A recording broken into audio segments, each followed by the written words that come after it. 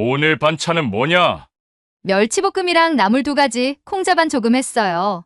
된장국 끓였고요. 멸치. 딱딱하지 않게 했지? 네, 물에 불리고 볶을 때 간장 먼저 넣었어요. 그러면 됐어. 허락의 말 같은데 이상하게도 마음이 축 처진다. 허락을 받아야 하는 내가 누구였나?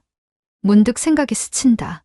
구독, 좋아요 누르시면 영상 제작에 큰 힘이 됩니다. 지금 사연 시작합니다. 새벽 5시 알람보다 먼저 눈이 떠진다. 몸이 먼저 기억하는 시간이고 손이 먼저 움직이는 동선이지. 주방 불을 켜는 찰나의 흰빛이 눈을 찌르지만 익숙함이 곧 피로를 덮는다. 전기포트에 물을 올리고 쌀을 씻고 김치 냉장고 문을 열어 전날 썰어둔 대파를 확인한다. 파향이 서늘하게 치고 올라오면 그제야 정신이 온다 싶어 숨을 크게 들이킨다. 오늘도 밥을 하고 국을 끓이고 반찬 3칸을 채우면 하루가 굴러갈 거다. 늘 그래왔고 아마 당분간도 그럴 테니까. 압력밥솥의 증기가 칙하고 터져나올 즈음 시계가 5분을 더 삼킨다. 남편 정철이 좋아하는 멸치볶음은 설탕을 티스푼 반 더 넣어야 한다. 그 반 스푼의 단맛이 남편의 기분을 반 스푼 덜 까칠하게 만든다. 그걸 나는 오래전에 배웠고 잊지 않으려 메모까지 했다. 메모지는 이제 냉장고 자석 뒤로 반쯤 달아 글씨도 흐릿해졌지만 손은 아직 기억한다. 익숙한 기억이 버티고 있으니 마음도 오늘만은 무너지지 말자 스스로를 다독인다. 정철의 커피는 대충 내려선 안 된다. 종이 필터를 적셔 잡내를 빼고 원두를 30초 동안 뜸 들인 다음 나선형으로 물줄기를 내려야 한다. 나는 손목으로 작은 원을 그리며 물을 떨어뜨리고 주전자 끝을 살짝 들어 올려 마지막 향을 끌어낸다. 컵을 따뜻하게 데워두면 한 모금에 몸이 풀린다고 그는 한때 웃으며 말하곤 했다. 그때의 웃음은 어디로 갔을까? 나도 모르게 생각이 그늘 쪽으로 기울지만 금방 고개를 젓는다. 오늘은 못 본 척 넘어가자. 아직은 아침이니까. 식탁에 수건을 펼치고 그 위에 밥상 세팅을 시작한다. 숟가락의 빛이 반짝이는 각도를 어머님은 기막히게 알아채신다. 밥숟가락은 여기, 국숟가락은 그 옆이라 하셨고 진짜로 그게 다르면 표정이 굳는다. 나는 반찬 접시의 방향도 조심스럽게 맞추고 김치의 결이 흐트러지지 않게 젓가락 끝을 최대한 가볍게 한다. 이 작은 집중이 나를 겨우 나로 묶어준다. 낮게 깔린 라디오에서 새벽 뉴스가 흘러나오고 사회면 헤드라인이 2번째를 지나칠 때쯤 현관문이 열린다. 정철이 하품을 삼키며 들어온다.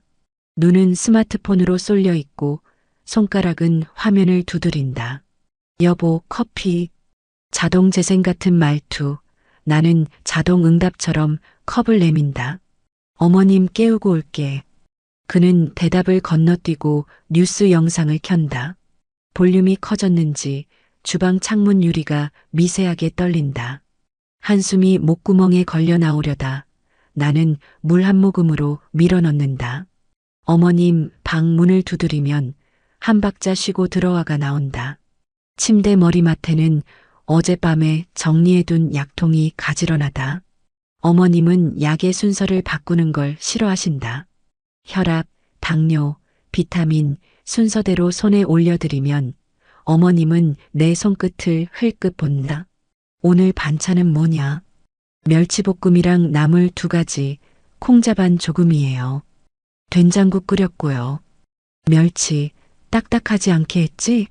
네, 물에 불리고 볶을 때 간장 먼저 넣었어요. 그거면 됐다. 허락의 말 같은데 이상하게도 마음이 축 처진다. 허락을 받아야 하는 내가 누구였나? 문득 생각이 스친다. 식탁에 모두가 앉는다. 의자는 4개인데 시선은 셋이다. 어머님은 반찬을, 정철은 화면을, 나는 세 사람의 표정을 본다. 밥숟가락이 그릇에 부딪히는 소리, 국 김이 오르는 냄새, 고소한 참기름의 얇은 막. 나는 이 풍경을 수천 번 반복해온 사람처럼 정확히 안다. 그런데도 오늘따라 테이블 위 공기가 유난히 무겁다. 아마도 내 마음이 무거운 거겠지. 누가 들여다볼 것도 아닌데 혼자서 눈치를 본다. 맛이 변했네. 어머님이 무심히 내뱉는 말은 늘 그렇듯 칼날처럼 얇고 길다. 상처는 얇게 베일수록 늦게 스며든다. 정철은 젓가락을 멈추지 않은 채 말한다. 엄마 비위 좀 맞춰드려. 그 말은 어머님에게가 아니라 내게 향한다. 나는 고개를 끄덕이며 된장국 간을 다시 본다. 소금 한 꼬집, 아니지, 멸치 다시마 육수가 지나니 간장이 나을지도 모른다. 숟가락을 내려놓는 순간 내 손등에 내 그림자가 얹힌다. 그림자는 늘 여기 있었는데 오늘은 유난히 짙다. 식사가 끝나면 설거지의 시간이다. 그릇을 분류하고 기름진 접시는 세제를 2번. 뜨거운 물을 틀면 손등의 피부가 금세 말라붙는다.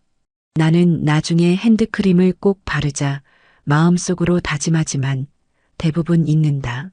잊는 일이 쌓이면 내 몫이 어디까지였는지 경계가 희미해진다. 경계가 흐려지면 사람은 쉽게 투명해진다. 나는 가끔 내가 여기 있는지 없는지 물컵에 비친 내 얼굴로 확인한다. 물이 반쯤 찬 컵 속에서 내 표정이 일그러져 있다. 정철은 출근 준비를 하면서도 화면을 놓지 않는다. 타이와 셔츠 단추 사이 손이 잠깐 머뭇거릴 때에만 나를 본다. 오늘 저녁 뭐야? 질문이 아니라 통보에 가깝다. 김치찜 생각했는데 어때요? 알았어. 대답은 짧고 의미는 비어 있다. 나는 고개를 끄덕인다. 고개를 끄덕이는 일이 요즘 내 하루에서 가장 많이 하는 동작 같다. 거울 앞에서도 식탁에서도 현관에서도 사람들 사이에서도. 문이 닫히고 집이 조용해지면 고요는 처음엔 선물 같다. 그 다음엔 벌금 같다. 선물처럼 달게 들이마셨다가 벌금처럼 무겁게 내쉰다. 식탁을 닫고 의자를 밀어넣고 어제 받은 건강검진 종이를 꺼낸다. 갱년기 우울증 초기. 의사의 필체가 유난히 반듯해서 더 차갑게 느껴진다. 요즘 기쁘신 일 있으세요? 라고 물었을 때 나는 입술을 한번 깨물었다. 대답은 나오지 않았다. 머릿속엔 장바구니 목록만 빽빽했다. 파, 두부, 목살, 세제, 쓰레기 봉투, 건전지, 비닐장갑. 기쁨이라는 단어는 리스트에 어디에도 없었다. 창밖에는 햇살이 반쯤 걸쳐 있다. 베란다 화분에 흙이 말랐다. 물뿌리개로 조심스레 적시며 나는 식물에게 말을 건다. 오늘은 좀 살아보자, 우리. 내가 먼저 듣고 싶은 말을 식물에게 대신 건네고 식물은 조용히 인맥을 반짝이며 대답한다. 그 반짝임이 나를 붙잡는다.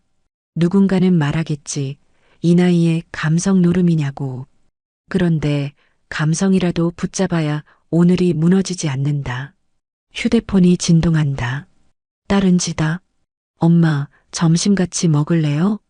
글자 끝에 이모티콘이 장난기 가득하다. 나는 웃고 만다. 은지가 보낸 사진은 작은 카페의 샌드위치와 수프, 그리고 손글씨 메뉴판. 글씨가 삐뚤빼뚤해서 정겹다. 좋지. 시간 맞춰갈게. 답장을 보내고 지갑을 챙긴다. 현관 거울 앞에서 잠깐 선다. 입술에 연한 색을 얹으면 내 얼굴이 한 톤 밝아진다. 작은 변화가 크게 느껴진다.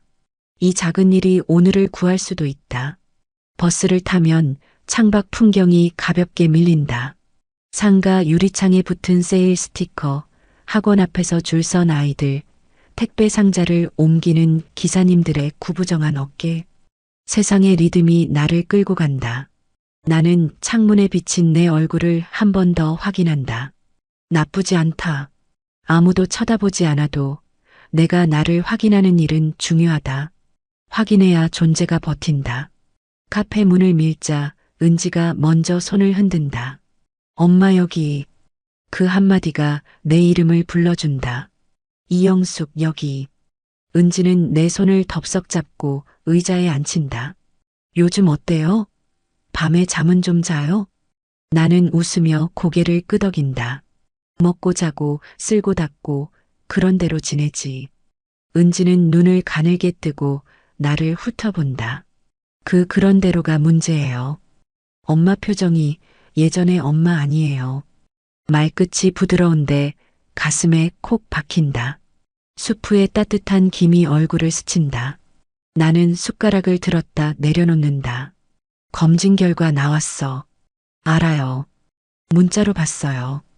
그래서요, 엄마 조금 바꿔볼래요? 뭘? 엄마 하루. 아주 조금이라도. 은지는 갑자기 가방에서 작은 노트를 꺼낸다. 노트 첫 장에는 커다란 글씨 하나. 엄마의 시간표 엄마 전용. 나는 웃음이 새어나온다. 내가 이런 것도 다 하네. 딸이니까. 그리고 나 엄마 편이니까.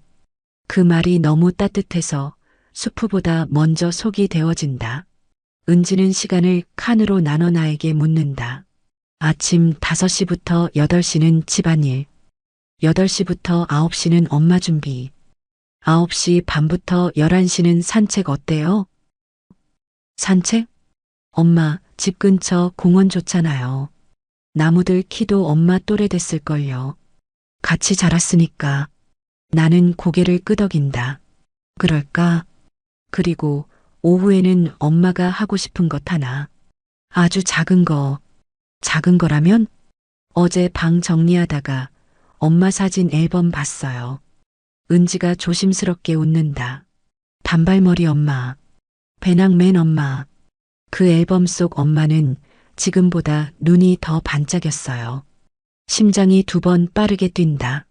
나는 그 앨범을 어디에 넣어뒀는지 눈앞에 떠올린다. 옷장 깊숙이 겨울 이불 아래 얇은 먼지 한 겹. 그런데도 사진 속 내 눈동자의 반짝임은 먼지를 뚫고 나온다. 그때의 엄마, 뭐가 그리 좋았을까? 은지가 묻는다. 나는 잠깐 생각한다. 아마 약속이 없어서. 약속이 없어서요? 누구에게도 약속된 사람이 아니라서. 누구의 며느리도 아니고 누구의 아내도 아닌 시간. 말하고 나서 나 스스로 놀란다. 이렇게 또박또박 내 마음을 내뱉은 게 얼마만인지. 은지는 내 손을 꼭 잡는다.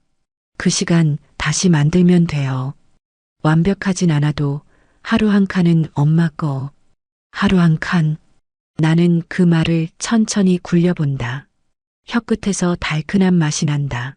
누가 설탕을 넣었나 싶을 만큼. 카페를 나오며 은지는 내게 작은 봉투를 건넨다. 엄마, 이건 비밀. 봉투 안에는 작은 여행 책자 한 권과 문화센터 수강권이 들어있다. 표지에 푸른 바다가 그려져 있다. 가라는 소리냐? 언젠가요? 당장은 아니어도. 엄마가 원할 때, 엄마가 정한 곳으로. 나는 봉투를 가슴 가까이 붙잡는다. 심장이 봉투를 2번 두드린다. 내 몸 안에서 나는 아직 살아있고 여전히 신호를 보낸다. 그 신호를 지금까지 못 들은 척했을 뿐이다. 집으로 돌아오는 길, 햇빛이 눈부시다. 나는 선글라스를 꺼내 쓴다. 이 작은 장비 하나로 세상이 갑자기 견딜만해질 때가 있다. 현관 비밀번호를 누르고 집 안으로 들어간다. 방금 전까지 어지러웠던 마음이 신기하게 차분해진다. 나는 주방 창을 끝까지 열고 바람을 들인다. 바람이 커튼을 밀다가 식탁 위를 가볍게 쓸고 냉장고 문짝의 자석 메모를 흔든다. 메모 끝이 살짝 들리며 은주라는 이름이 보였다 사라진다. 아니, 영숙. 나는 내 이름을 큰 소리로 부른다. 이영숙. 소리가 벽에 부딪혔다가 나에게 돌아온다. 낯설고 동시에 반갑다. 거실 한켠 오래된 서랍장을 열어 앨범을 꺼낸다. 먼지가 손등에 내려앉는다. 나는 조심스럽게 페이지를 넘긴다. 단발머리에 내가 웃고 있다. 눈가에 주름이 아직 자리 잡기 전 잇몸까지 보이며 마음껏 웃던 얼굴. 사진 속 나는 어딘가로 떠나기 직전 같은 표정을 하고 있다. 가벼운 배낭, 헐렁한 셔츠, 바람에 들썩이는 옷자락. 그때의 공기가 사진 속에서 아직도 흐르고 있는 것 같아 숨이 길어진다. 그 순간 부엌 타이머가 작게 울린다. 저녁 준비를 시작하라고 알려주는 소리. 나는 타이머를 꺼두고 앨범을 다시 무릎 위로 끌어온다. 오늘은 다르게 해보자. 타이머보다 앨범이 먼저. 타인의 시간표보다 내 마음의 순서가 먼저.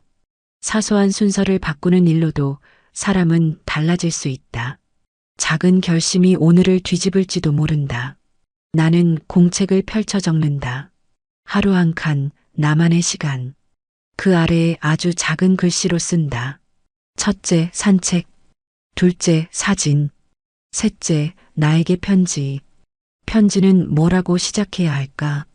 영수가라고 부르면 내 안에 내가 고개를 들까? 나는 펜을 쥐고 장난스레 써본다. 영수가, 내가 여기 있구나. 글자를 쓰는 동안 믿기 힘들게도 눈물이 차오른다. 그 눈물은 섭섭함도, 분노도, 후회도 아닌 발견의 눈물에 가깝다. 잃어버린 물건을 다시 손에 쥘 때 어김없이 나오는 그 종류의 눈물. 해가 기울고 부엌 등불이 다시 켜진다. 나는 김치찜 대신 두부를 굵직하게 썰어 간단한 찜을 올린다. 오늘은 간을 내 입에 맞춘다. 숟가락으로 한 입 떠먹고 고개를 끄덕인다. 괜찮네. 내가 내게 건네는 칭찬이 어색하지 않다. 이 맛을 누구보다 먼저 알아주는 사람이 지금은 나여도 괜찮다. 언젠가 누군가와 나누게 된다면 좋겠지만 오늘은 이 정도면 충분하다. 현관 열쇠 소리가 들리고 집에 사람들이 하나둘 들어온다. 나는 서두르지 않는다. 식탁에 반찬을 올려놓고 자리에 앉기 전에 한 번 더 창밖을 본다. 어둑한 하늘 사이로 초승달이 떠오른다. 초승달은 아직 덜 찼지만 분명히 빛난다. 덜 찼다고 해서 달이 아닌 건 아니니까. 나도 그러면 좋겠다. 마음속으로 중얼거린다. 저녁상 앞에서 어머님이 묻는다. 오늘은 간이 많네. 나는 웃으며 대답한다. 제 입에는요, 아주 딱이에요. 정철이 고개를 들었다가 잠깐 나를 본다. 그의 눈빛에 스쳐 지나가는 낯설미 있다. 괜찮다. 낯설문 변화가 들어서는 문턱 같은 거니까. 사람은 문턱을 넘어야 방을 옮긴다. 식사가 끝나고 설거지를 절반쯤 하다가 수도 꼭지를 잠근다. 수건으로 손을 닦고 거실불을 한 칸 낮춘다. 그리고 소파에 앉아 오늘의 공책을 다시 펼친다. 첫 줄에 동그라미를 친다. 하루 한 칸 성공. 그 동그라미 하나가 이상하리만치 든든하다. 기둥 하나가 세워진 느낌. 집 전체가 달라진 건 아니지만 내 안의 방 하나가 환해졌다고 믿고 싶다. 밤 모든 소리가 가라앉을 때 나는 조용히 창문을 연다. 바람이 커튼을 한 번 더 밀고 들어온다. 나는 그 바람에게 마음을 살짝 내어준다. 내일은 산책부터. 작게 말하고 불을 끈다. 어둠 속에서도 오늘의 나를 알아볼 수 있다. 그건 목소리의 온도 때문일 거다. 나는 나에게 들려줄 이야기를 조금 더 준비해 둔 채 눈을 감는다.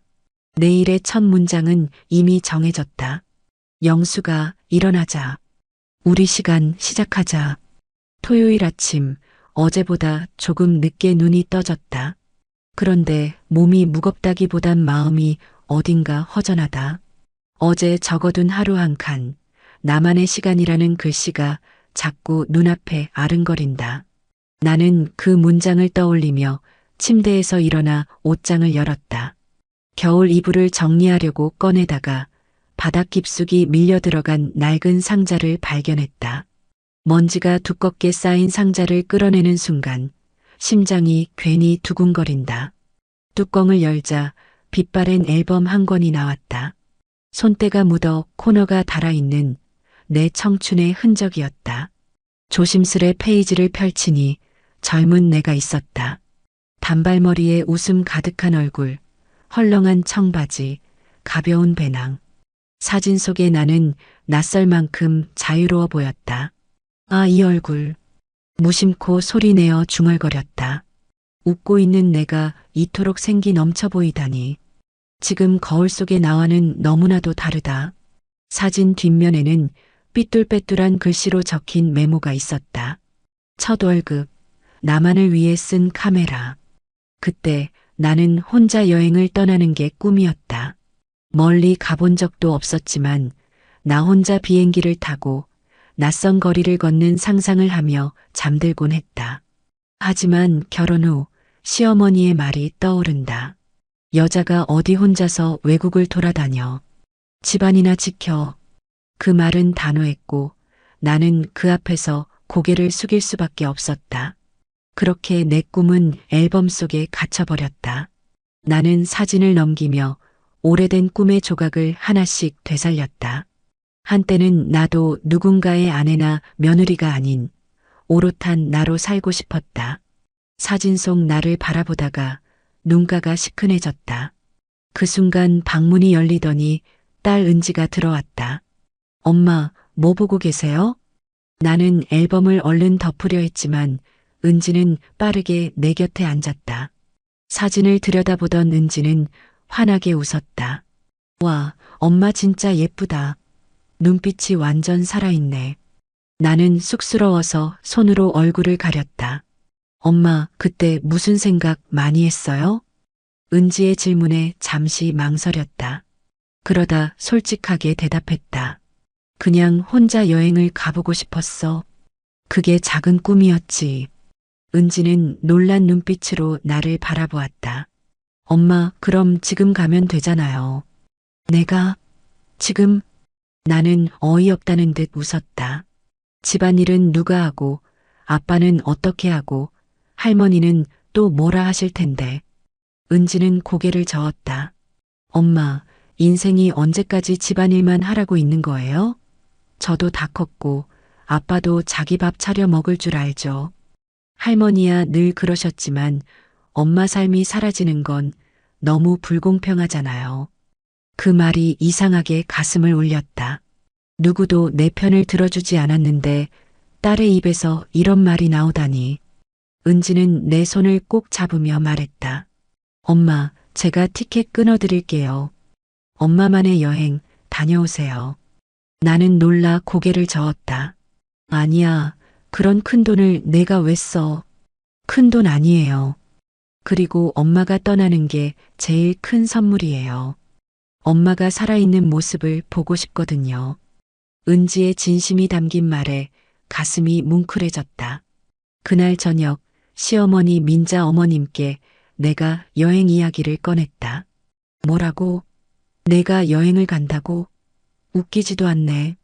나이 50이 넘어선 며느리가 집을 비우고 나돌면 집안 체면이 뭐가 되니? 어머님의 목소리는 쏘아붙이는 듯 날카로웠다. 옆에 있던 정철도 난감한 얼굴로 말했다. 여보, 집에만 있지 왜 굳이 나가려고 해? 그냥 마음만 다스려. 나는 고개를 떨궜지만 속에서는 작은 불씨가 일렁였다. 딸 은지가 말한 엄마만의 삶이라는 말이 자꾸 떠올랐다. 밤이 깊어 다들 잠든 후 나는 다시 앨범을 꺼냈다. 사진 속의 내가 이번엔 내게 말했다. 내가 원하잖아. 늦지 않았어. 그 목소리가 분명히 들리는 듯했다. 나는 사진 위에 손바닥을 얹고 다짐했다. 그래, 이번엔 멈추지 않을 거야. 다음 날 은지에게 조심스레 말했다. 혹시 여행지 추천해 줄래? 은지는 눈을 반짝이며 고개를 끄덕였다. 엄마, 이제 시작이에요. 그 순간 나는 오래된 앨범 속에 묻혀있던 나를 조금은 되찾은 듯했다. 여전히 두렵지만 두려움 뒤에 기다리고 있는 자유가 나를 불렀다. 한때 접어둔 꿈이 다시 내 앞에 놓여 있었다. 그리고 이번에는 절대 그냥 덮어두지 않겠다고 마음속으로 다짐했다. 출국 당일 공항 전광판에 적힌 수많은 도시 이름 앞에서 나는 잠시 발을 멈췄다. 심장이 터질 듯 두근거렸다. 가방끈을 꼭 쥔 손바닥엔 이미 땀이 배어 있었다. 평생 누군가와 함께하던 여행, 아니, 사실상 가족의 뒤치다꺼리로만 다니던 여행과는 전혀 달랐다. 이건 정말로 내가 선택한 내 삶의 첫걸음이었다. 보안 검색대를 지나며 은지가 웃으며 했던 말이 떠올랐다. 엄마, 무섭죠? 근데 무서운 만큼 설레는 거예요. 나는 고개를 끄덕이며 속으로 중얼거렸다. 그래, 무섭고 설레. 그러니까 이건 진짜야. 비행기 창가 자리에 앉아 작은 아이처럼 창밖을 바라보았다. 활주로에 줄지어 선 비행기들이 마치 제각기 떠날 준비를 하는 새 무리 같았다. 그리고 곧 거대한 몸체가 흔들리며 하늘로 솟구쳤다. 도시의 불빛이 점점 작아지더니 먹구름 사이로 은빛 날개가 달빛을 받아 반짝였다. 그 순간 내 안에서도 무언가 날개를 펼치는 듯한 감각이 일었다. 낯선 도시에 도착했을 때 공항 로비의 공기는 다르게 느껴졌다. 말소리도 억양도 간판의 글자도 하나같이 생경했지만 이상하게 두렵지 않았다. 오히려 설레는 낯설미 나를 휘감았다. 택시를 타고 호텔로 향하는 길, 창밖 풍경은 영화 속 장면처럼 스쳐갔다. 붉은 벽돌 건물, 노천 카페, 자전거를 타는 사람들, 길모퉁이의 작은 꽃가게까지. 아, 내가 진짜 여기 있구나. 나는 조용히 중얼거리며 지금 이 순간이 꿈이 아님을 확인했다. 호텔에 도착해 짐을 풀자마자 거리를 걸었다. 평생 가족의 일정에 맞춰 움직이다가 이제는 누구 눈치도 보지 않고 내 발길 닿는 대로 걷는 순간이었다. 가로수 그늘 아래 벤치에 앉아 잠시 숨을 고르니 마음속이 이상할 정도로 가벼웠다. 작은 빵집에서 갓 구운 크루아상을 사 먹고 시장에서 이름 모를 과일을 맛보며 웃음이 절로 났다. 처음 보는 풍경들이 나에게 너도 내 삶의 주인공이야 라고 속삭이는 듯했다. 낯선 골목길을 걷다 보니 작은 카페가 눈에 띄었다. 문 앞 칠판엔 오늘의 추천 라벤더 라테라고 적혀 있었다. 나는 호기심에 안으로 들어갔다. 잔잔한 음악이 흐르고 벽에는 오래된 흑백 사진들이 걸려 있었다. 창가 자리에 앉아 라벤더 향이 은은한 커피를 마시는데 맞은편 테이블에 앉은 낯익은 뒷모습이 보였다. 넓은 어깨, 살짝 구부정한 허리, 그리고 회색빛 머리카락. 나는 눈을 크게 떴다. 설마. 조심스럽게 다가가 얼굴을 확인하는 순간 목이 멎는 듯했다. 그는 바로 강우진, 대학 시절 나와 같은 동아리에서 활동했던 친구였다. 세월의 흔적이 얼굴에 깊게 새겨져 있었지만 미소만큼은 그대로였다. 우진 씨 맞죠? 내 목소리는 떨렸고 우진은 놀란 듯 고개를 돌리더니 곧 환한 웃음을 지었다. 영수? 이게 얼마만이야? 그 순간 나는 30년 전으로 돌아간 듯했다. 우진은 나를 반갑게 맞으며 자리를 권했다. 서로의 안부를 묻고 지나간 세월을 이야기하다 보니 시간 가는 줄 몰랐다. 우진은 몇 년 전 아내를 먼저 떠나보냈다고 했다. 처음엔 삶의 의미를 잃고 방황했지만 혼자 여행을 다니며 다시 숨을 쉬게 되었다고 했다. 난 이제 더 이상 누굴 위해서만 살지 않아. 남은 시간만큼은 나 자신을 위해 살기로 했어. 내가 웃고 있는 걸 보니 이제 내 차례인 것 같네. 그 말은 내 가슴을 깊숙이 파고들었다. 나는 여태껏 아내, 엄마, 며느리라는 이름으로만 살아왔다. 정작 이영숙이라는 내 이름은 언제부턴가 사라져버렸다. 하지만 지금 우진의 말은 잊고 살았던 나를 다시 불러내는 것 같았다.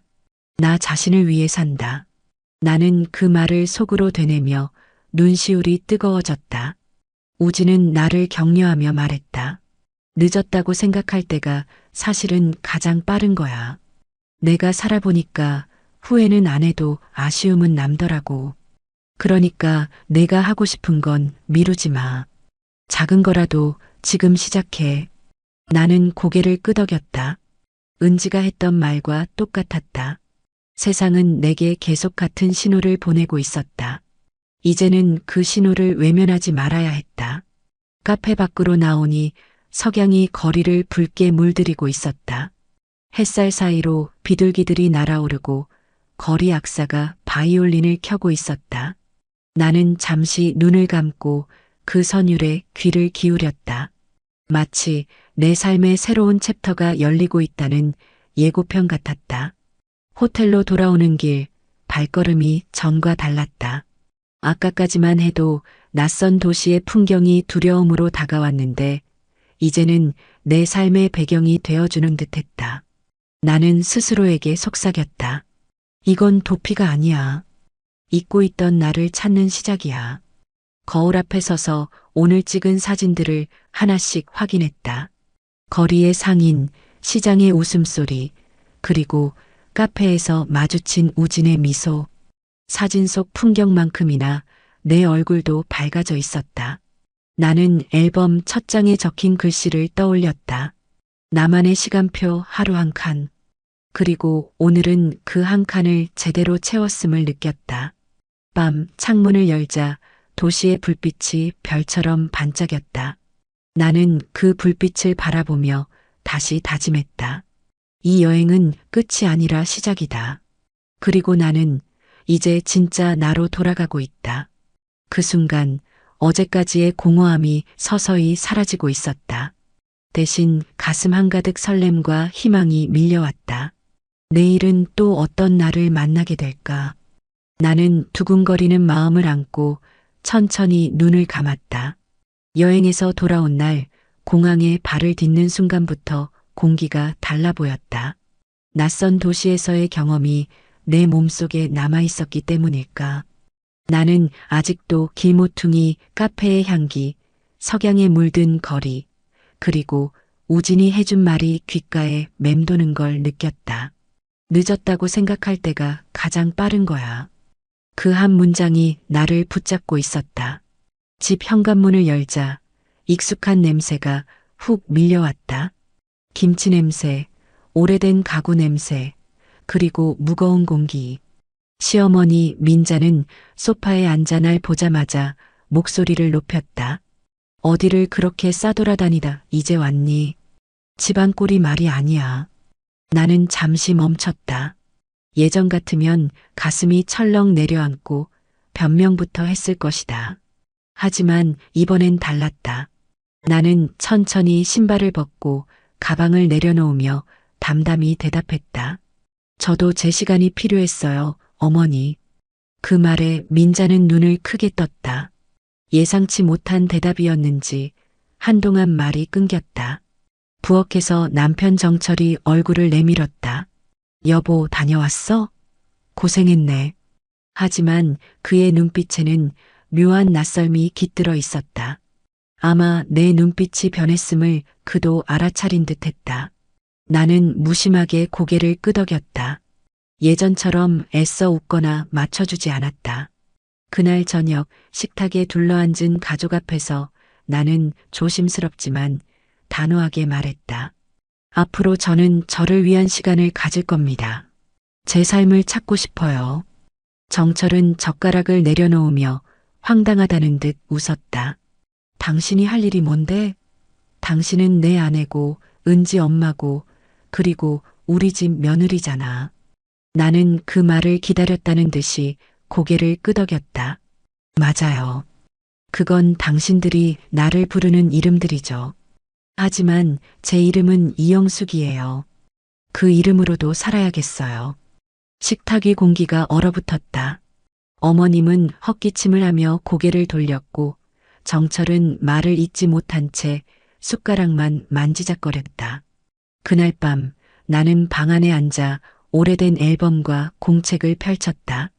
그리고 여행에서 찍은 사진 몇 장을 붙였다. 거기엔 웃고 있는 내가 있었다. 나는 그 사진 밑에 이렇게 적었다. 나는 나로 존재한다. 내 삶의 주인은 나다. 글자를 쓰며 손이 떨렸지만 마음은 오히려 단단해졌다.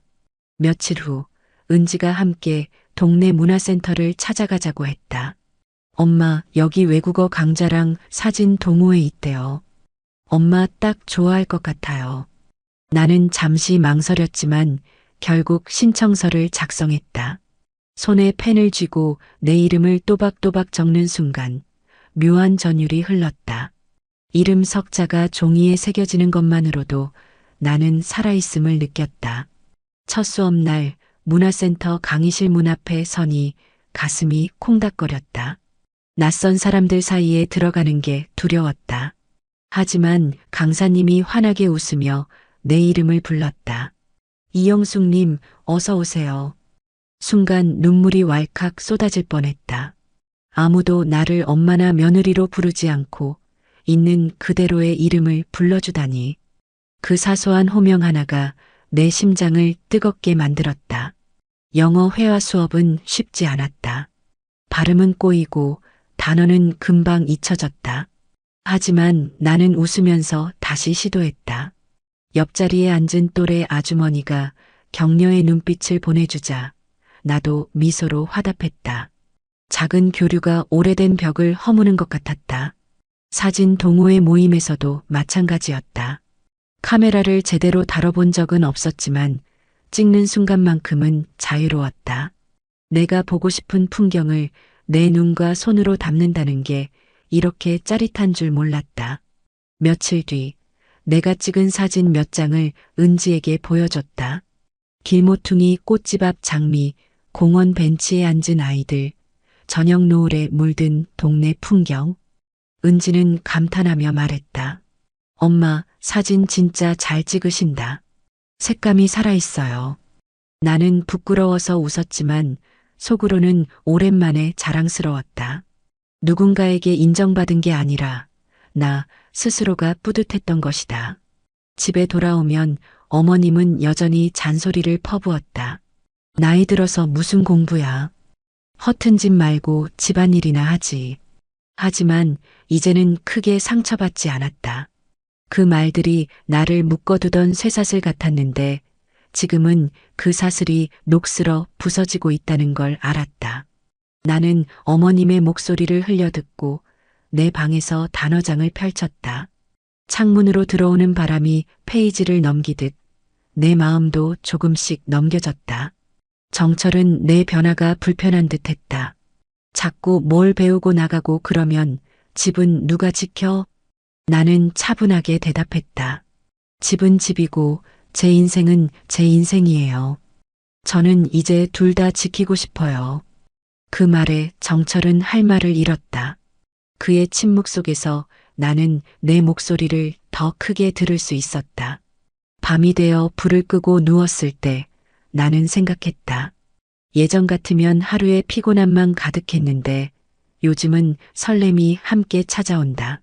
내일 수업에서 배울 새로운 문장, 사진 동호회에서 찍을 새로운 풍경, 그리고 그 모든 걸 통해 내가 다시 만들어갈 새로운 나. 이 작은 변화들이 모여 나를 앞으로 이끌고 있었다. 거울 속에 내가 달라 보였다. 여전히 주름은 깊었지만 눈빛은 조금 더 선명해졌다. 나는 속삭였다. 영수가 이제 시작이야. 그 말이 내 안에 울리며 파도처럼 번져갔다. 아침 햇살이 주방 창문을 비집고 들어왔다. 예전 같으면 나는 이미 국을 끓이고 밥상을 차려놓았을 시간이었다. 그러나 오늘 식탁 위엔 작은 쪽지 하나만 덩그러니 놓여 있었다. 아침은 각자 챙겨 드세요. 오늘 오전 수업이 있어요, 영숙. 처음으로 아침 밥상이 비워진 풍경. 정철은 냉장고 문을 열었다 닫았다 하며 투덜거렸다. 이게 뭐야, 국도 없고 반찬도 없네. 시어머니 민자는 눈살을 찌푸리며 잔소리를 늘어놓았다. 며느리가 집안일을 내팽개치고 어디 나다니는 거야. 예전 같았으면 상상도 못했지. 그 말에 정철은 대꾸하지 않았다. 하지만 속으론 어쩐지 허전함을 느끼고 있었다. 그 허전함이 단순히 밥상 때문만은 아니란 걸 본인도 알았다. 문화센터에서 돌아온 나는 웃으며 인사를 건넸다. 오늘 점심은 제가 간단히 차릴게요. 다들 잘 드셨어요? 민자는 대놓고 불만을 드러냈다. 내가 김치찌개 끓여 먹었지. 내가 안 하니까 할 수 없잖아. 예전 같으면 미안하다고 고개를 숙였을 텐데 이번엔 달랐다. 어머니, 그동안 제가 해드린 게 당연한 게 아니었어요. 제가 좋아서 한 거였죠. 앞으로는 저도 제 시간을 가지려 해요. 내 목소리는 떨리지 않았다. 민자는 황당하다는 듯 나를 노려보았다. 정철은 어정쩡하게 웃으며 대화를 중재하려 했다. 여보, 그냥 예전처럼 하면 안 돼? 집안이 괜히 어수선해지잖아. 나는 남편을 똑바로 바라봤다.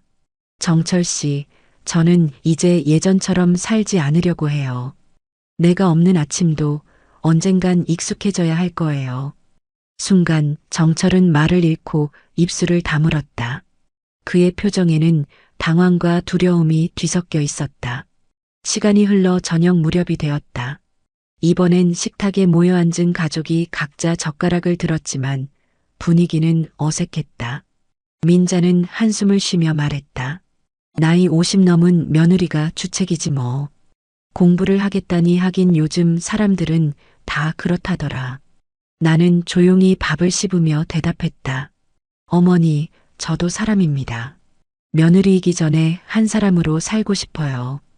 짧은 대답이었지만 식탁 위엔 긴 침묵이 흘렀다. 그날 밤 정철은 내 방 문을 열고 들어왔다.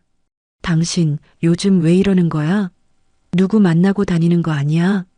의심 가득한 눈빛이 나를 훑었다. 나는 씁쓸하게 웃었다. 그래요, 맞아요. 새로운 사람을 만났어요. 바로 저 자신이요. 그동안 잊고 살던 나를 다시 찾고 있는 중이에요. 정철은 대꾸하지 못했다. 그의 얼굴에 스쳐 지나간 것은 분명한 불안이었다. 며칠이 지나면서 상황은 더 뚜렷해졌다. 아침마다 내가 없는 부엌, 내가 차려주지 않는 반찬, 그리고 빈자리를 의식하는 가족들. 민자는 틈만 나면 내가 늙어서 이 꼴을 다 본다며 혀를 찾고, 정철은 집안 공기가 흔들리는 걸 견디지 못했다. 하지만 나는 흔들리지 않았다. 오히려 그들의 불편함이 나의 변화를 증명하는 듯해서 묘하게 기뻤다. 문화센터 수업이 끝난 날 나는 집 근처 공원에서 하늘을 찍었다. 노을이 붉게 물든 하늘 아래 나무 사이로 빛이 스며들었다. 사진기를 들고 있는 내 손이 마치 세상을 새롭게 붙잡는 것 같았다. 나는 속으로 다짐했다. 나는 더 이상 그림자처럼 살지 않을 거야. 집에 돌아오자 정철이 식탁에 앉아 있었다. 그는 낮게 말했다. 솔직히 당신이 이렇게 달라지니까 무섭다. 나는 고개를 끄덕였다. 괜찮아. 무서운 게 정상이에요. 나도 무서우니까. 하지만 우리 이 변화 받아들여야 해요. 정철은 한참 나를 바라보다가 고개를 숙였다. 어쩌면 가족 모두가 지금 흔들리고 있었다. 그러나 그 흔들림은 새로운 균형을 만들기 위한 과정일지도 몰랐다.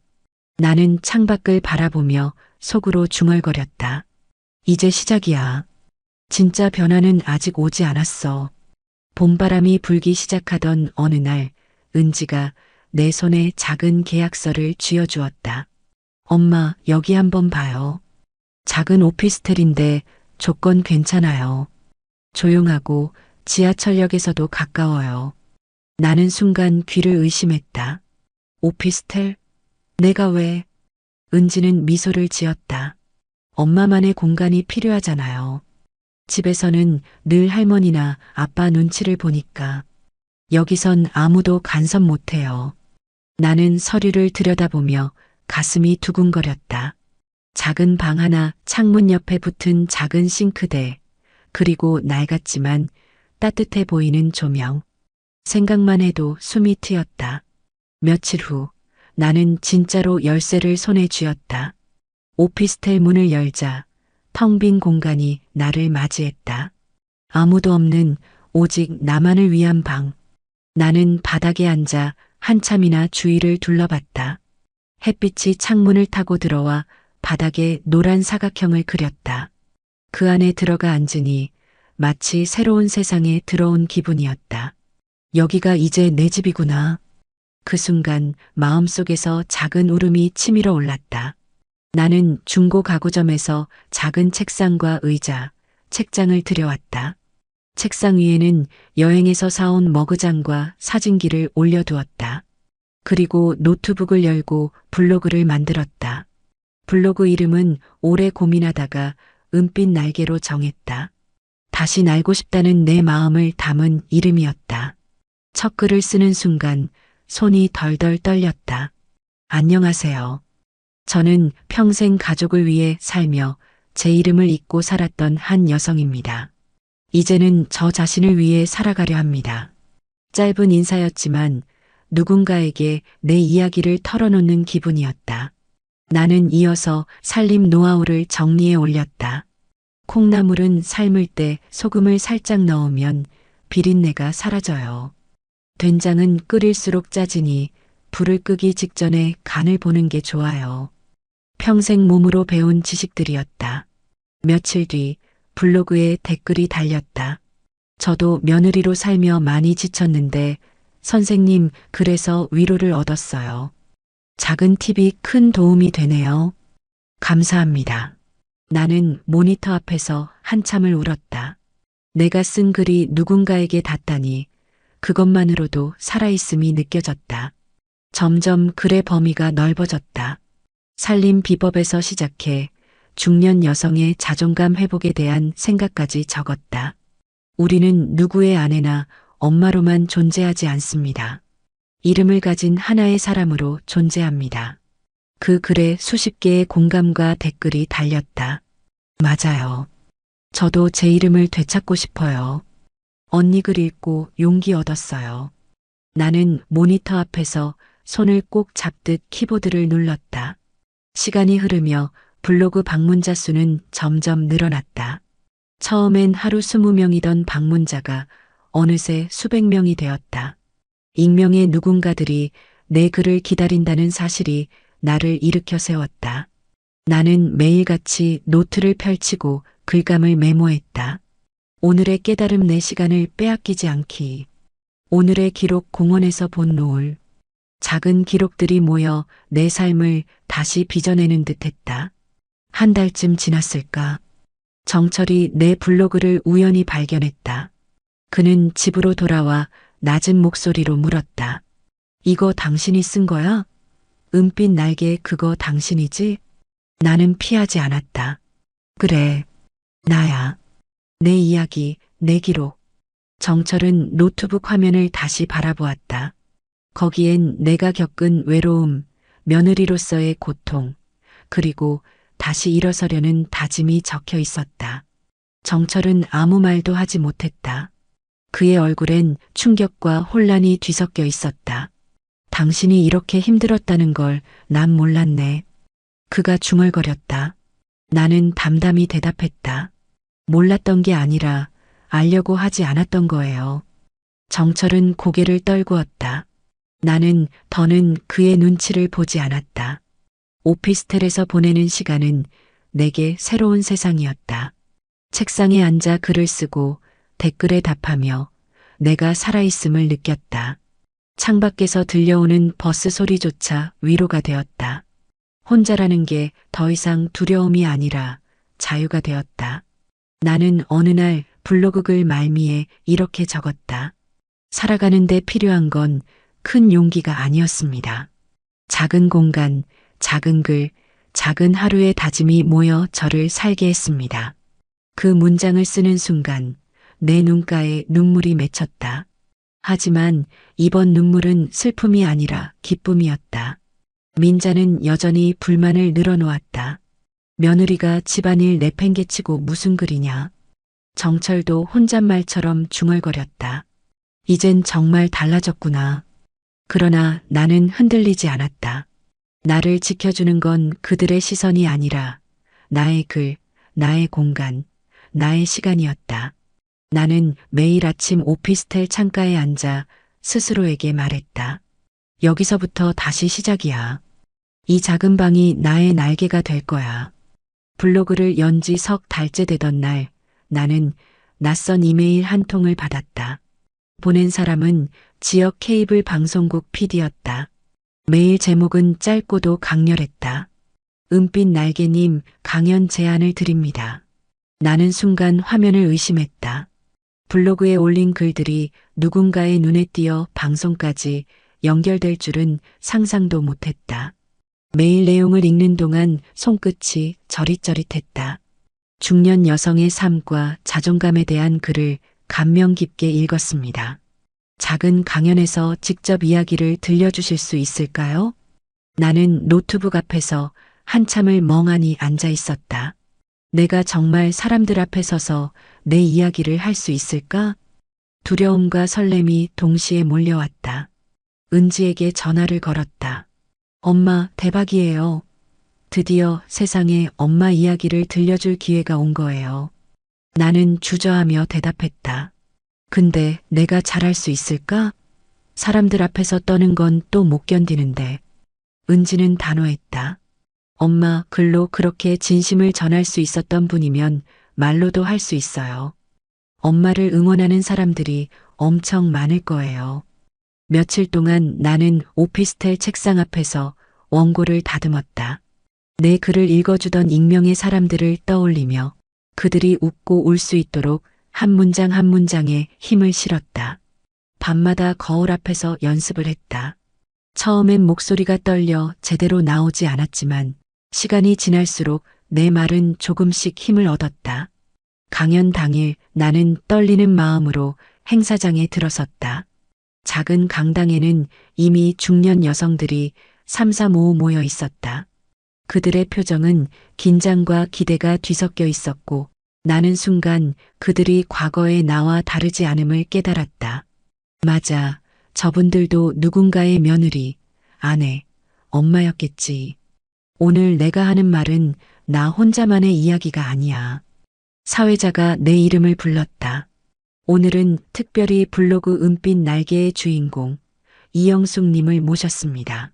조명이 내 얼굴을 비추는 순간 눈앞이 아찔했다. 하지만 객석에 앉아있는 은지의 눈빛이 나를 붙잡았다.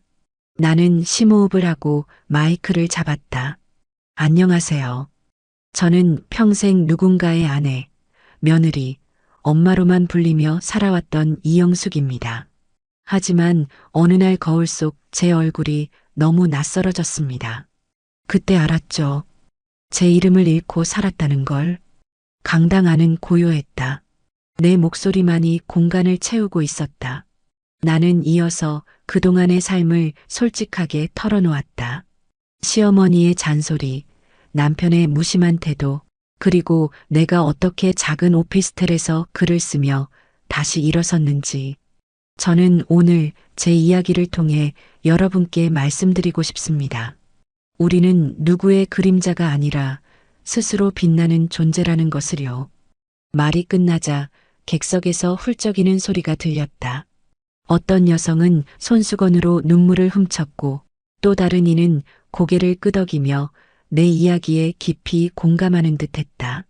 그 모습에 나도 눈시울이 붉어졌다. 이건 단순한 강연이 아니었다. 내 인생의 상처와 회복을 공유하는 시간, 그리고 우리 모두가 서로의 이야기에 위로받는 자리였다. 강연이 끝나자 사람들은 따뜻한 박수를 보냈다. 나는 무대 위에서 잠시 고개를 숙였다. 그 박수 소리가 내 지난 삶을 다독여주는 것 같았다. 은지가 무대 앞으로 달려와 나를 끌어안았다. 엄마 최고예요. 엄마 진짜 해냈어요. 나는 아이처럼 웃으며 대답했다. 나도 믿기지가 않아. 근데 이제 나도 할 수 있겠구나 싶어. 그날 이후 블로그 방문자는 폭발적으로 늘어났다. 강연을 들었던 사람들이 내 글을 찾아와 댓글을 남겼다. 오늘 강연에서 눈물 흘렸습니다. 저도 제 이름을 되찾고 싶어요. 은빛 날개님 계속 글 써주세요. 우리에게 큰 힘이 됩니다. 나는 하루하루 쌓이는 댓글을 읽으며 더 이상 혼자가 아님을 확실히 느꼈다. 며칠 뒤 방송국에서 또 연락이 왔다. 이번엔 강연이 아니라 프로그램 출연 제안이었다. 은빛 날개님의 이야기를 더 많은 사람들에게 들려주고 싶습니다. 나는 두려웠지만 이제는 거절하지 않았다. 네, 해보겠습니다. 내 목소리는 단단했고 마음속에서 작은 불씨가 활활 타올랐다. 거울 앞에서 다시 한번 내 이름을 불러보았다. 이영숙. 그 이름이 이제는 부끄럽지 않았다. 오히려 자랑스러웠다. 나는 속으로 다짐했다. 나는 더 이상 숨어 있지 않을 거야. 세상 밖으로 나가 날개를 펼칠 거야. 강연 이후 며칠이 지나던 어느 날이었다. 나는 집에 들어서자마자 거실 분위기가 달라져 있음을 느꼈다. 평소 같으면 TV 소리에 묻혀있던 집안 공기가 오늘따라 이상하게 조용했다. 소파에 앉아있던 시어머니 민자는 손에 휴대폰을 들고 있었다. 화면에는 내가 강연 무대에서 이야기하던 영상이 재생 중이었다. 조명이 내 얼굴을 비추고 내가 마이크를 잡고 말하던 장면이 고스란히 담겨 있었다. 저는 평생 어머니의 며느리로만 살았습니다. 하지만 이제는 제 이름 이영숙으로 살고 싶습니다. 화면 속 내 목소리가 거실에 울려 퍼졌다. 민자는 영상을 보다가 천천히 고개를 들었다.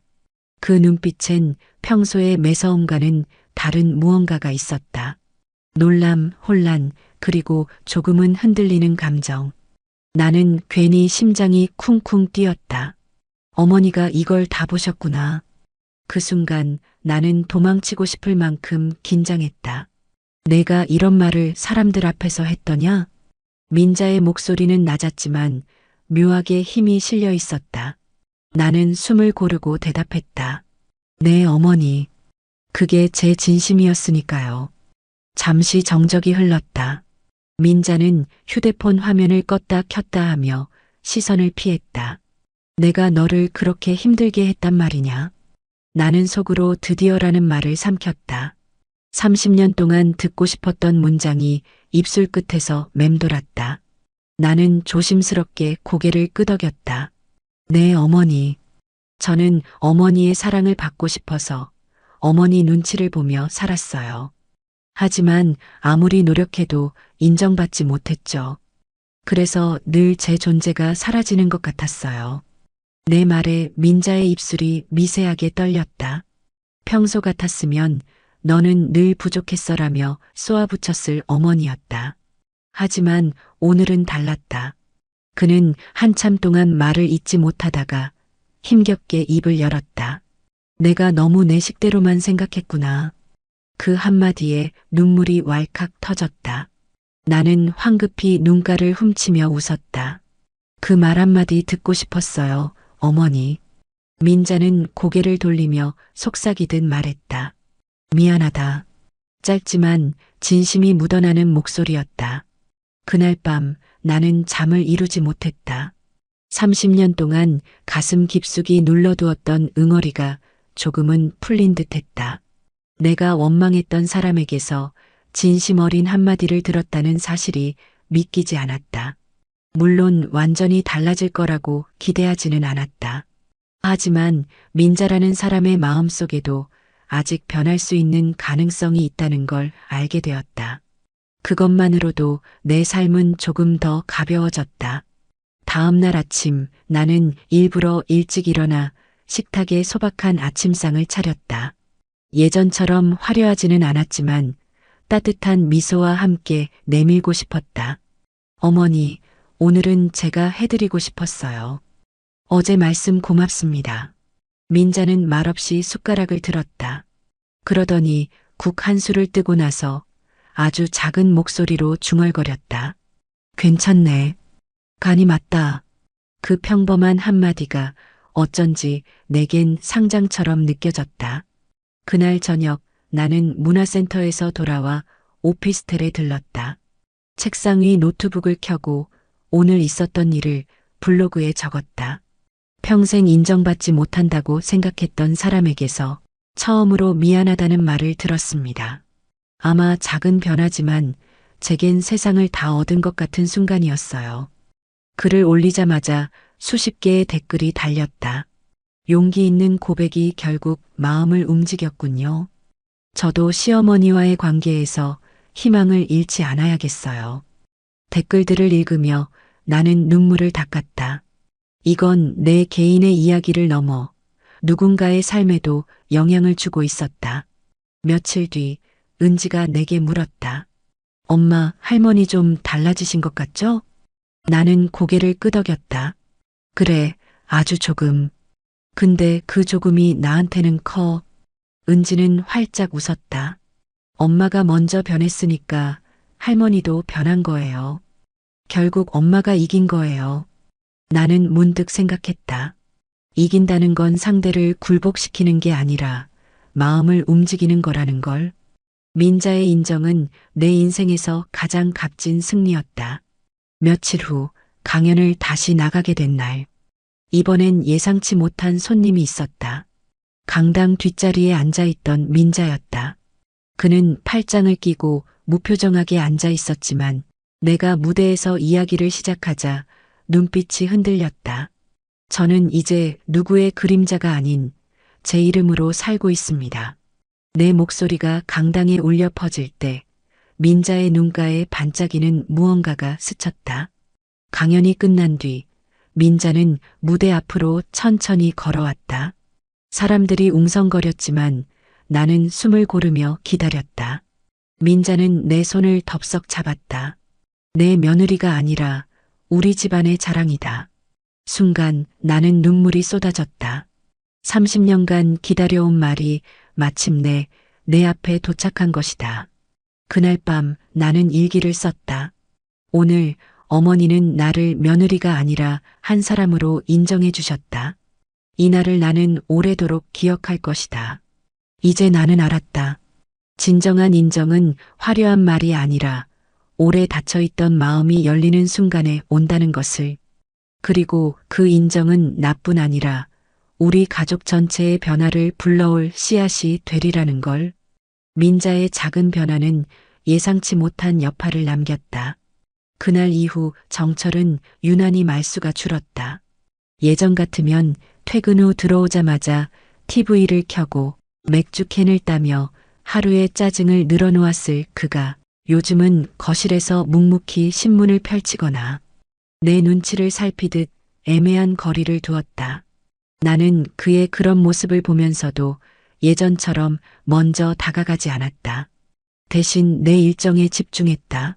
문화센터 수업, 사진 동호회 모임, 오피스텔에서의 글쓰기.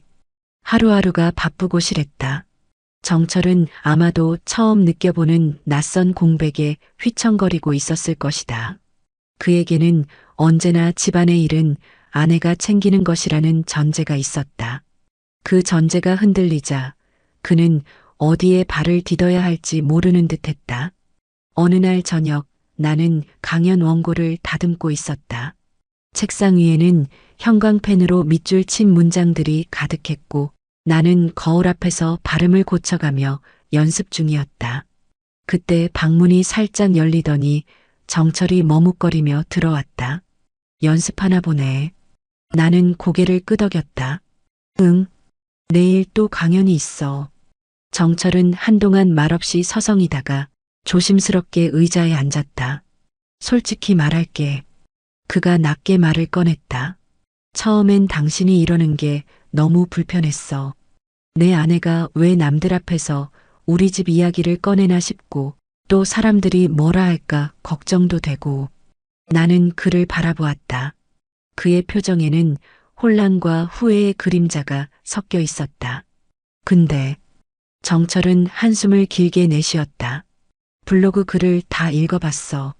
당신이 얼마나 외로웠는지, 내가 어떻게 당신을 무시했는지. 그제야 알겠더라.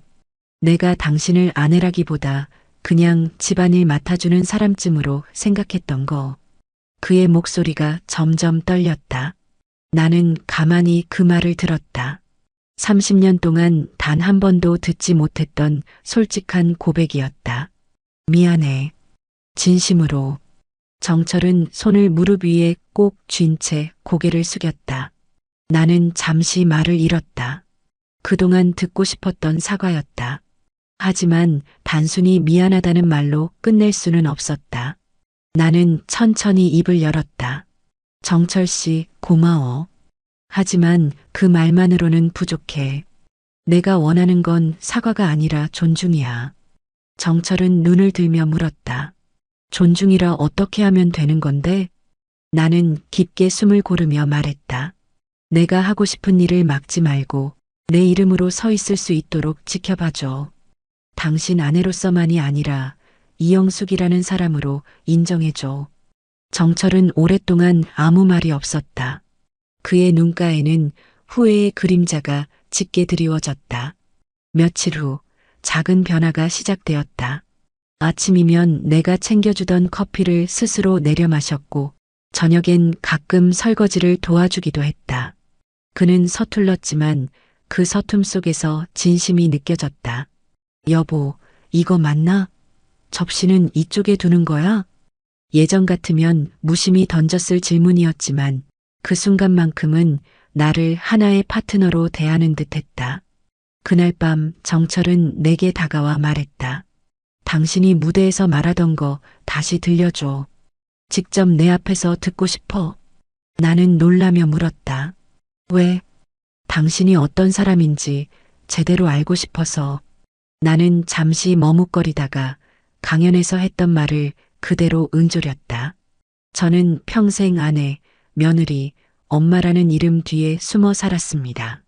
하지만 이제는 제 이름 이영숙으로 살아가고 싶습니다. 정철은 그 말을 들으며 눈을 감았다. 그리고 고개를 끄덕였다. 이제 알겠어. 나도 당신을 영숙이라고 부를게. 내 아내 이전에 당신 자신으로. 그 순간 나는 뭔가가 풀리는 듯한 해방감을 느꼈다. 물론 모든 게 단번에 달라지진 않을 것이다. 여전히 그는 습관처럼 내게 의존하려 들 것이고 나 역시 오래된 상처를 하루아침에 잊을 수는 없을 테니까. 하지만 최소한 그는 변하려 하고 있었다. 그리고 나는 그 변화를 받아들이기로 했다. 며칠 후 나는 또 다른 강연 무대에 섰다. 객석 맨 앞줄에 정철이 앉아 있었다. 그는 낯설 만큼 진지한 표정으로 나를 바라보고 있었다. 내가 말을 시작하자 그는 고개를 끄덕이며 경청했다. 강연이 끝나고 사람들의 박수가 쏟아질 때 정철은 가장 크게 손뼉을 치고 있었다. 그 모습이 눈부시게 낯설었다. 집으로 돌아오는 길 그는 내 손을 잡았다. 당신이 자랑스러워. 짧은 말이었지만 그 안에 담긴 진심은 충분히 전해졌다. 나는 속으로 생각했다. 이제야 조금 제대로 된 가족의 시작일지도 몰라. 그날 밤 나는 일기장에 이렇게 적었다. 존중은 사과보다 깊다. 그리고 존중은 사랑의 또 다른 이름이다. 봄이 완연해진 어느 토요일 아침, 집안 공기가 전과 달랐다. 식탁 위에 늘 비워져 있던 그릇들이 오늘은 각자의 손에 의해 채워지고 있었다. 정철은 어색한 손길로 계란 프라이를 만들고 있었고 민자는 부엌 구석에서 미역국을 끓였다. 나는 웃으며 샐러드를 준비했다. 우리 오늘은 다 같이 해보자고 했잖아. 내 말에 정철은 머쓱하게 웃었다. 근데 내가 요리하면 재앙이 올 텐데. 은지가 나서서 말했다. 아빠 괜찮아. 맛없으면 내가 먹을게. 식탁에는 웃음이 번졌고 그 웃음은 낯설면서도 따뜻했다. 예전 같았으면 나는 혼자서 이 모든 걸 도맡아야 했다. 아침상을 차리고 치우고 그 와중에 잔소리까지 들어야 했다. 하지만 이제는 달랐다. 가족이 함께 나누는 식탁, 그건 내가 오랫동안 꿈꿔온 풍경이었다. 민자는 여전히 투덜거리긴 했다. 내 나이에 무슨 요리야. 젊은 사람이나 해라. 하지만 그 입꼬리가 미묘하게 올라간 걸 나는 놓치지 않았다. 그 역시 이 변화를 받아들이고 있었다. 식사가 끝난 뒤 정철이 불쑥 말했다. 영숙, 나 블로그 좀 도와주면 안 될까? 나는 놀라 고개를 돌렸다. 도와준다고? 당신이? 응. 사진 올리는 법 같은 거 잘 몰라서 헤매잖아. 내가 요즘 회사에서 이런 거 조금 배웠거든. 같이 하면 좋을 것 같아. 나는 잠시 멍해졌다. 남편이 내 일에 이렇게 자발적으로 손을 내민 건 처음이었다. 그래, 같이 해보자. 나는 조심스레 웃으며 대답했다. 그날 저녁 우리는 노트북 앞에 나란히 앉았다. 정철은 서툴지만 진지한 표정으로 블로그 설정을 만졌다. 여기 버튼 누르면 글씨 크기 바꿀 수 있네. 몰랐지? 정말? 나는 매번 그 부분에서 막혔는데. 내가 좀 유용하지? 농담처럼 주고받는 대화 속에 낯설지만 새로운 부부의 모습이 있었다. 나는 마음속으로 중얼거렸다. 이게 존중이라는 거구나. 며칠 후 민자가 내게 다가왔다. 영수가 이번 강연 언제냐? 나는 놀라며 대답했다. 다음 주 토요일이에요. 왜요? 내가 가서 앉아 있으면 민망하겠지? 순간 가슴이 뜨겁게 달아올랐다. 아니에요, 어머니. 오시면 저한텐 큰 힘이 될 거예요. 민자는 고개를 끄덕였다. 내가 그동안 얼마나 힘들었는지 이제야 알겠다. 내가 늦게 깨달았네. 그의 말은 서툴렀지만 진심이 담겨 있었다. 강연 당일 객석 맨 앞줄에 앉아 있는 민자의 모습이 눈에 들어왔다. 그는 팔짱을 낀 채 무표정한 얼굴을 하고 있었지만 내가 무대에서 이야기를 이어가자 눈빛이 점점 흔들렸다. 저는 이제 누구의 며느리가 아니라 제 이름으로 서고 싶습니다. 그 순간 민자의 눈가에 눈물이 맺혔다. 강연이 끝난 후 그는 내 손을 꼭 잡았다. 영수가 자랑스럽다. 짧은 말 한마디가 30년의 세월을 위로해주는 듯했다. 가족은 점점 달라지고 있었다. 정철은 회사 동료들에게 내 블로그를 소개하며 은근히 자랑했고 민자는 동네 친구들에게 우리 며느리가 강연도 한다며 뿌듯해했다. 나는 그들의 변화가 진심임을 느낄 수 있었다. 물론 완벽하지는 않았다. 때로는 습관처럼 튀어나오는 잔소리와 무심함이 여전히 있었지만 그럴 때마다 나는 차분히 말했다. 어머니, 전에도 말씀드렸죠. 이제는 저도 제 삶을 살 거예요. 여보, 내 이름은 영숙이야. 그냥 불러줘. 그 말에 그들은 멈칫했고 결국 웃으며 고개를 끄덕였다. 가장 큰 변화는 식탁에서 나타났다. 이제는 내가 혼자 모든 걸 준비하지 않았다. 은지가 음식을 함께 만들었고 정철은 식탁을 차렸다. 민자는 맛을 보고 의견을 내며 함께했다. 예전의 식탁이 나를 소모시키는 전쟁터였다면 지금의 식탁은 서로를 존중하는 무대였다. 나는 그 변화를 온몸으로 느끼며 마음 깊이 감사했다. 하루는 은지가 내게 물었다. 엄마, 가족이 변하는 게 느껴져요? 나는 미소 지으며 대답했다. 응. 예전에는 내가 가족을 지탱하는 기둥이었는데 이제는 우리 모두가 기둥이 된 것 같아.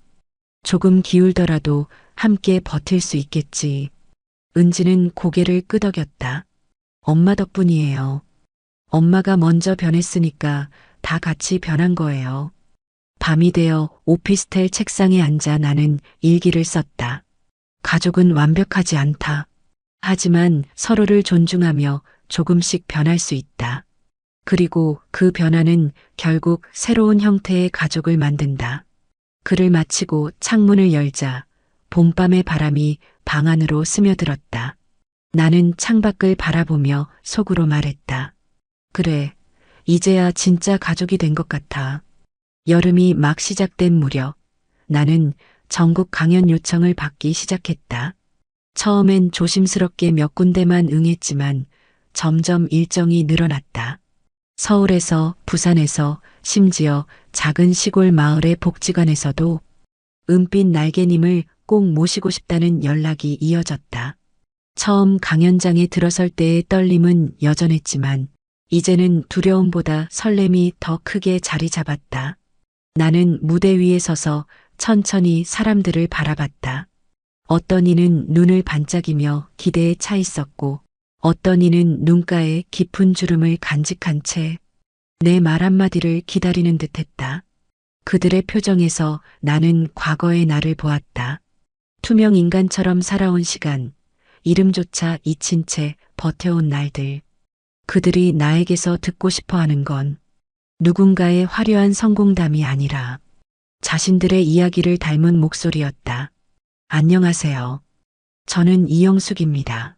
그 순간 강당은 고요해졌다. 나는 이제 더 이상 누군가의 아내, 며느리, 엄마로만 소개되지 않았다. 내 이름으로, 내 삶으로, 내 목소리로 서 있었다.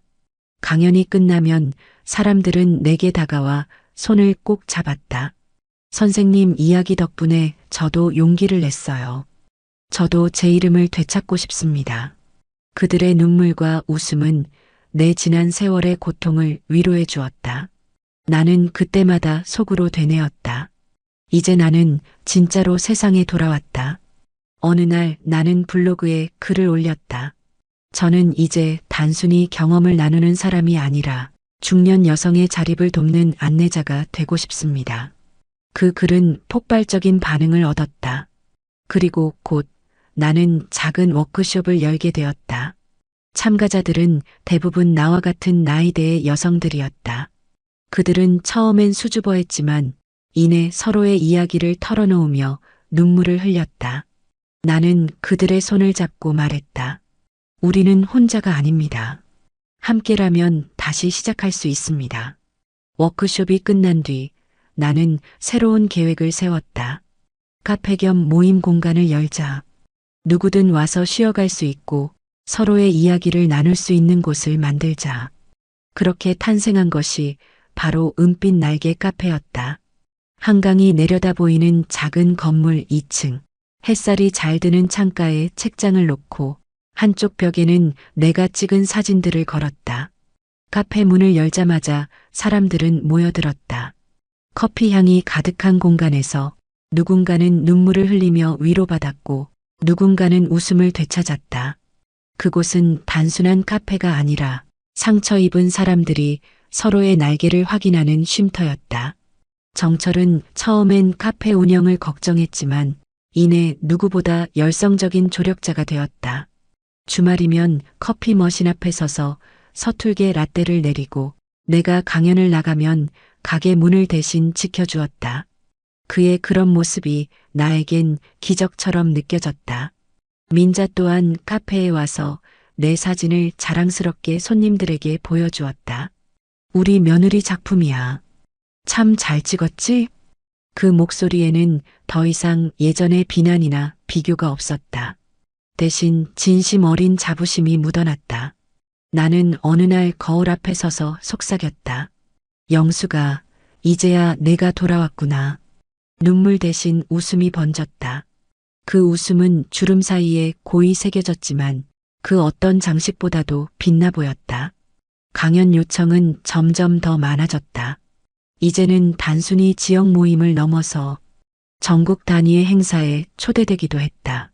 나는 무대 위에서 말할 때마다 과거의 나를 위로하는 동시에 앞으로의 나를 더욱 단단히 세워갔다. 그리고 무엇보다 내 이야기를 통해 다른 사람들이 용기를 얻는다는 사실이 내 인생의 새로운 의미가 되어 주었다. 은지는 그런 나를 바라보며 말했다. 엄마, 이제는 진짜 이영숙으로 살아가네요. 저는 엄마가 너무 자랑스러워요. 나는 은지를 꼭 끌어안으며 대답했다. 그래, 이제야 내 삶의 주인이 된 것 같아. 엄마가 아니라, 며느리가 아니라 그냥 이영숙으로. 밤이 되어 오피스텔에 앉아 일기를 쓰며 나는 오늘 하루를 정리했다. 나는 돌아왔다. 이름을 잃어버렸던 그 세월은 헛되지 않았다. 그 시간들이 있었기에 지금의 내가 있다. 이제 나는 나의 이야기를 세상과 나눌 준비가 되어 있다. 창문 너머로 여름밤 바람이 불어왔다. 나는 커튼을 젖히고 창밖을 바라보았다. 도시의 불빛이 은하수처럼 반짝였다. 그리고 그 불빛 속에서 나는 내 이름을 또렷이 들었다. 이영숙. 내가 세상에 귀환한 순간이었다. 가을이 깊어가던 어느 날 나는 또 하나의 강연을 마치고 공항으로 향했다. 전국을 돌며 사람들과 만나고 이야기를 나누는 일이 이제는 일상이 되었다. 그러나 오늘은 조금 달랐다. 공항 대합실 한쪽 꽃다발을 든 정철이 서 있었다. 예전 같으면 상상도 못했을 모습이었다. 그는 나를 보자 환하게 웃으며 꽃을 내밀었다. 여보, 고생했어. 그 한마디가 마음 깊이 스며들었다. 나는 꽃다발을 받아들고 웃었다. 당신이 이렇게 맞으러 오다니 참 신기하네.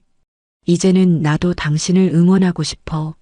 예전엔 몰랐는데 당신이 무대에 설 때 내가 더 자랑스러워. 정철의 눈빛은 진심이었다. 집에 돌아오니 식탁 위에 작은 케이크가 놓여 있었다. 은지가 준비한 것이었다. 엄마, 오늘은 엄마가 세상에 돌아온 날을 축하하는 날이에요. 그 말에 민자도 옆에서 덧붙였다. 그래, 영수가. 이제는 내 며느리가 아니라 자랑스러운 이영숙으로 살고 있잖니. 나는 순간 눈물이 핑 돌았다. 30년 동안 단 한 번도 듣지 못했던 말. 그 말이 드디어 내 귀에 닿은 것이다. 그날 밤 온 가족이 함께 둘러앉아 저녁을 먹었다. 이제는 더 이상 내가 혼자 준비하는 식탁이 아니었다. 정철이 직접 만든 계란말이가 식탁 가운데 놓였고 은지가 만든 샐러드, 민자가 무심히 끓여낸 된장국이 옆에 자리했다. 나는 그 풍경을 바라보며 속으로 되뇌었다. 그래, 이게 진짜 가족이지. 누군가의 희생 위에 세워진 집이 아니라 서로가 존중하며 함께 만드는 집. 며칠 후 나는 드디어 새로운 공간의 문을 열었다. 이름하여 은빛 날개 카페. 작지만 따뜻한 공간, 책장이 벽을 가득 채우고 내가 찍은 사진들이 한쪽 벽에 걸려 있었다. 창가에는 화분들이 줄지어 서 있었고 햇살이 바닥을 환하게 비추고 있었다. 나는 손님들을 맞으며 말했다. 여긴 그냥 커피를 마시는 곳이 아니에요. 마음이 지친 사람들이 쉬어가는 쉼터예요. 그 말에 고개를 끄덕이며 들어오는 이들의 얼굴엔 안도와 위로가 담겨 있었다. 카페 운영은 쉽지 않았다. 하지만 나는 힘들지 않았다.